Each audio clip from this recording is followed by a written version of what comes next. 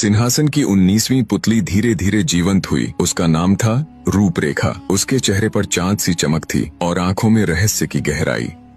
उसने राजा भोज की ओर देखा और मधुर स्वर में बोली, महाराज, आज मैं आपको ऐसी कथा सुनाने जा रही हूँ जो मन और ज्ञान का असली रहस्य खोलेगी। ये वही कथा है जो आपके पूर्वज महान राजा विक्रमादित्य के साथ घटित हुई थी। एक दिन विक्रमादित्य के दरबार में दो तपस्वी आ पहुंचे। चेहरे पर तेज लेकिन मन में उलझन। दोनों ने झुककर प्रणाम किया और बोले, महाराज, हमारा विवाद सुलझाइए। दुनिया में सिर्फ आप ही इसका उत्तर दे सकते हैं। विक्रम ने गंभीर होकर पूछा, कहो क्या समस्या है? पहला तपस्वी बोला, मनुष्य का असली मालिक उसका मन है। मन जो कहे वही होता है। मन के खिलाफ इंसान कुछ नहीं कर सकता। दूसरा तपस्वी तुरंत बोला, नहीं महाराज, मन नहीं, ज्ञान असली मालिक है। मन भी ज्ञान का दास है। ज्ञान ही तय करता है कि इंसान क्या करेगा। दरबार में सन्नाटा छा गया। विक्रम के माथे पर हल्की रेखाएं उभरी। उन्होंने दोनों से कहा, तुम कुछ दिनों बाद आना, मैं इस रहस्य का उत्तर ढूंढकर ही दूंगा। अब महाराज भोज विक्रमादित्य का मन बेचैन हो गया। कभी सोचते सचमुच मन ही असली मालिक है, यही हमें गलत रास्तों पर ले जाता है। कभी सोचते नहीं, ज्ञान ही असली शक्ति है जो मन पर लगाम कसता है। उन्होंने निश्चय किया, उत्तर तो मुझे प्रजा की जिंदगी में ही मिलेगा। और वे साधारण नागरिक का भेष बनाकर नगर की गलियों में निकल पड़े। दिन बीते पर उत्तर न मिला और उन्होंने देखा एक नौजवान बैलगाड़ी के पास पेड़ के नीचे पड़ा है। कपड़े फटे, आंखों में हताशा और चेहरे पर भूख। विक्रम पास गए और पहचान कर चौंक पड़े, अरे ये तो मेरे मित्र सेठ गोपालदास का छोटा बेटा है। राजा ने पूछा, बेटा तुम्हारी ये दशा कैसे हुई? तुम्हारे पिता ने तो अपार धन छोड़ा था। युवक की आंखें भर आईं। उसने कहा, महाराज, धन था पर मैंने मन की सुनी। शराब, जुआ, बुरी संगत भाई ने समझाया पर उसकी बातें जहर लगीं। साल भर में सब लुट गया। उसकी आवाज भर्रा गई।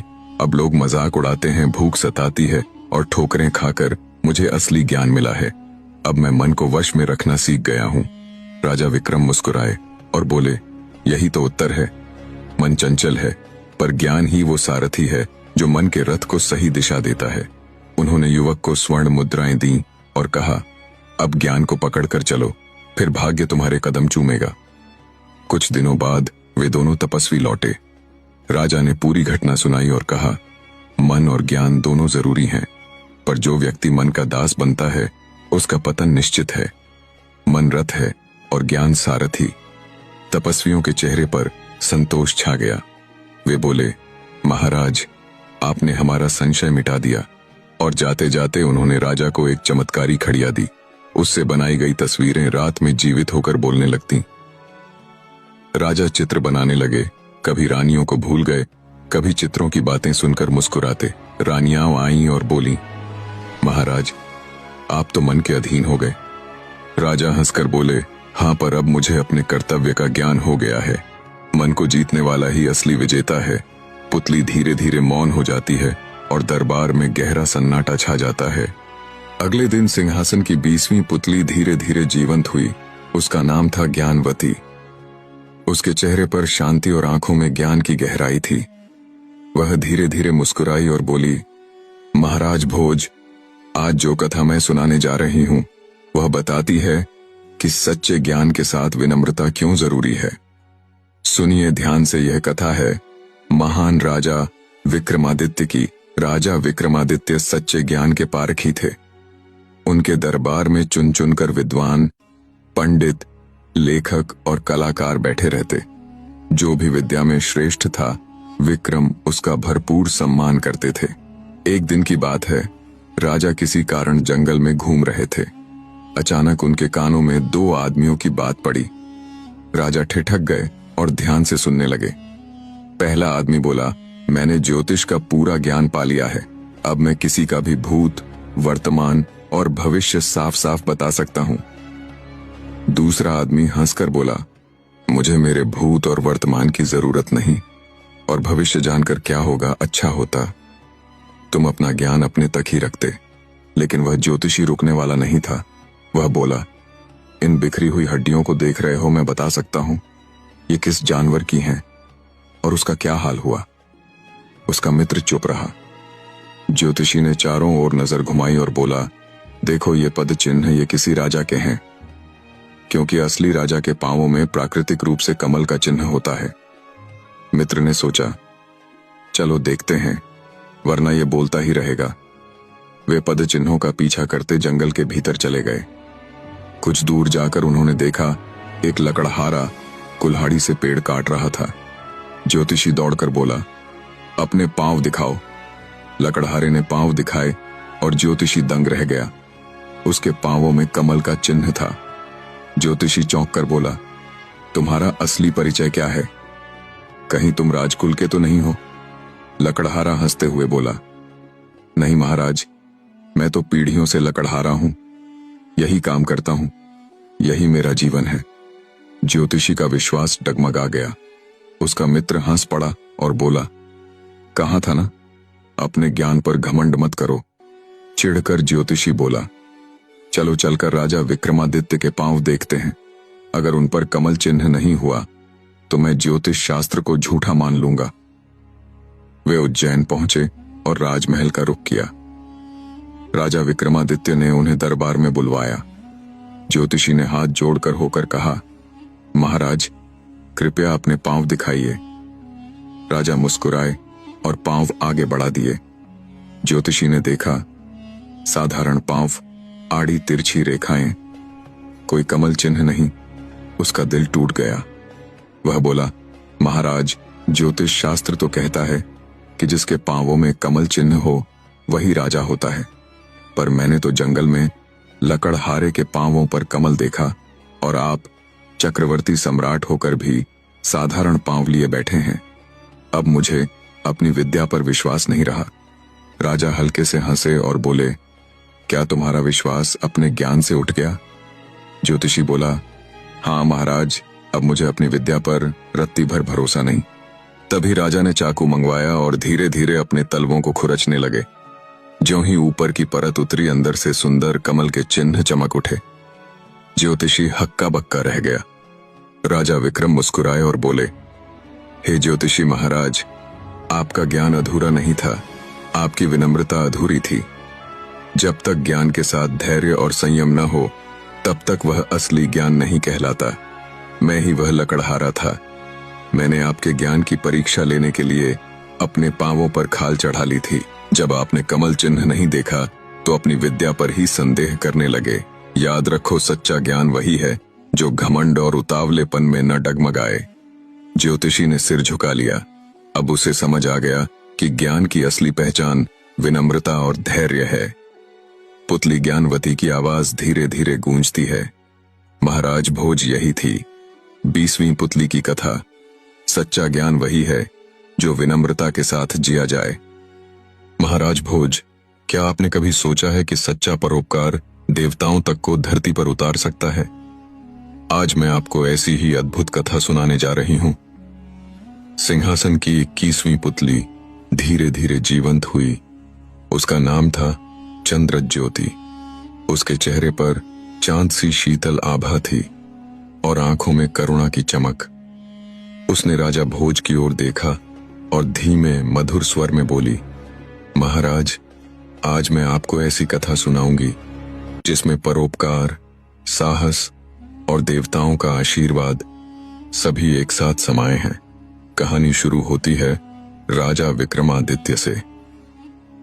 वे एक भव्य यज्ञ की तैयारी कर रहे थे।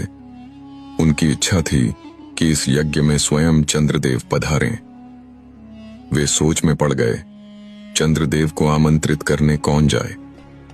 बहुत विचार के बाद उन्हें लगा महामंत्री ही इसके लिए योग्य रहेंगे।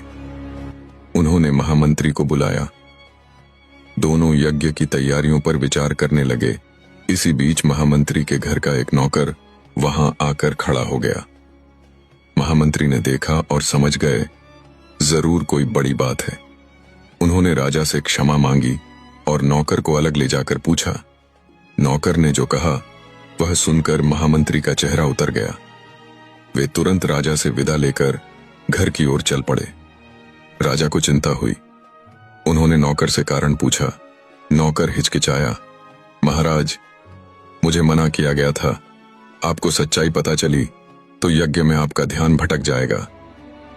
राजा ने सख्ती से कहा, तुम्हारा धर्म सत्य बताना है।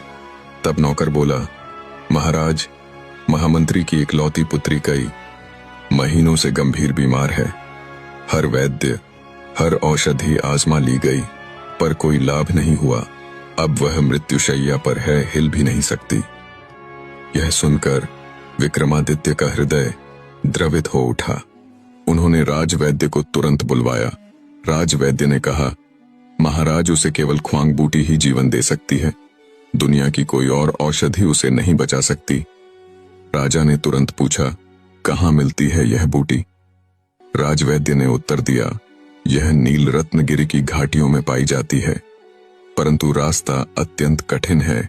वहां भयंकर सांप, बिच्छू और हिंसक जानवर रहते हैं। राजा ने उसकी पहचान पूछी। वैद्य बोला, उसके फूल आधे नीले और आधे पीले होते हैं और पत्तियां लाजवंती की तरह छूते ही सिकुड़ जाती हैं। विक्रमादित्य ने यज्ञ भूलकर उसी समय निर्णय लिया, मुझे खुद जाना होगा। उन्होंने काली माता द्वारा दिए गए बेतालों को याद किया। क्षण भर में बेताल प्रकट हुए और उन्हें नील रत्नगिरी की ओर ले चले। घाटी पहुंचकर बेताल अदृश्य हो गए। राजा अंधेरी घाटियों में उतर गए। चारों ओर घना अंधकार और भयावह जंगल था। अचानक एक सिंह की दहाड़ गूंजी। सिंह उन पर झपटा। राजा ने तलवार घुमाई और बच निकले, लेकिन उनकी बांह घायल हो गई। सिंह ने फिर हमला किया। इस बार विक्रम ने पूरा जोर लगाकर वार किया और सिंह वहीं ढेर हो गया। वे आगे बढ़े तो रास्ता सैकड़ों विषधर सांपों से भरा था। राजा तनिक भी नहीं घबराए। उन्होंने पत्थरों की बौछार से सांपों को भगा दिया। इसके बाद अचानक उन्हें लगा जैसे हवा में तैर रहे हों। ध्यान से देखा, वह एक दैत्याकार अजगर था।